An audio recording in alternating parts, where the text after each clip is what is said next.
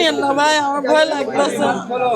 হ্যাঁ, আমরা ওদিকে থাকি, এই এখন আমরা হইনে আসছি রান্না করে। এখন হঠাৎ আমরা সবাই এদিক দিয়ে আমরা হইনে আসছি। বাচ্চা দেখলে না একদম ঘুমাই রয়েছে, মরা অবস্থা তো ঘুমাই রয়েছে।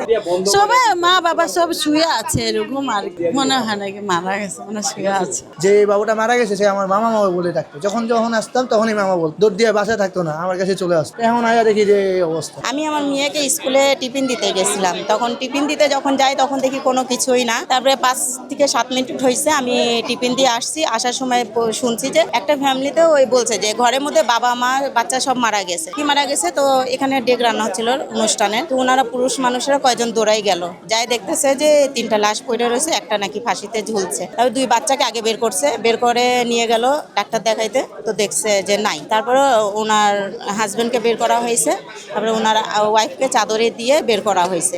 বের করার পরে তখন বলছে যে ওয়াইফটা আর 2টা বাচ্চা নিচে ছিল, আর ওনার ফাঁসিতে ঝুলানো ছিল মরদেহ।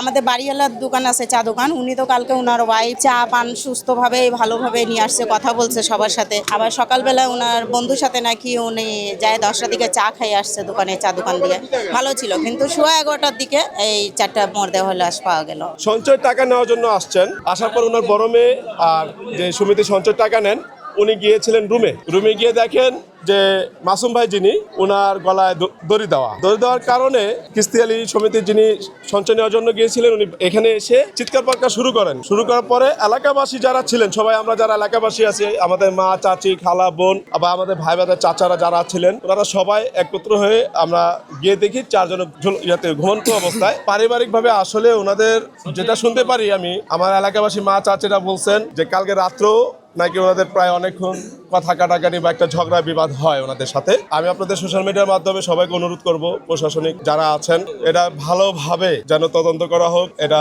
যেই অপরাধী হোক তাদের শাস্তির আওতায় আনা হোক। আজকে সকাল 10:30 বাজে আমি এখানে তো ডিসেম্বর বাসায় রওনা দিয়েছে দোকানে, তো এই সময় কোনো আলোচনা দেখি নেই, যে গ্যাঞ্জাম মারামারি কাটাকাটি এরকম কিছু দেখি নেই। সকাল 11টার পরে আমার মেয়ে আমাকে ফোন দিয়েছে, আব্বু এলাকার ভিতরে একটা ঘটনা হয়েছে, তুমি জানো? আমি বললাম কি হয়েছে? বলে ফাঁসি দিয়ে মরছে। আমি বললাম ফাঁসি দিয়ে মরছে কে? পরে বললো অমুকে। পরে আমি দোকান ছেড়ে চলে আসলাম, আইসা দেখি এই অবস্থা, এই জায়গায় 4টা লাশ। পরে আমরা ধরে আনলাম, বাইর করলাম, বাইর করে যেদিকে রাখলাম আমি ওইদিকে ডাইকা রাখলাম। এর আগে নামাই দিছে আমার আইতে, নামাই দিছে ওইবার বাসার লোকই নামাইছে কেউ। এটা তো ফাঁসি দিয়ে মরছে, এটা তো নিশ্চিত। ছেলে ফাঁসি দিয়েছে, এটা নিশ্চিত। ষড়যন্ত্র কি হয়েছে না হয়েছে ফ্যামিলিগত ব্যাপারে ওরা জানে, এটা তার কইতাছে না, প্রকাশও করতেছে। যে মরছে ওই মানুষ অনেক ভালো ছিল, 5 টাইমে নামাজ পড়তো, অটো চালাইতো, মানে এলাকায় ওর লোকে কালো মিলবো না হিসাব, ভালো দিক দিয়ে। আর তো মানে অনেক একটা ছেলে ছিল। তো একটু জানি ওর বড় ভাইয়ের যে বউ, ওর লোকে দ্বন্দ্ব ঝগড়া, কালকে রাত্রেও ঝগড়া হয়েছে রাত 1টার দিকে, 1:30টার দিকে অনুমান, সকালেও এই কাহিনী।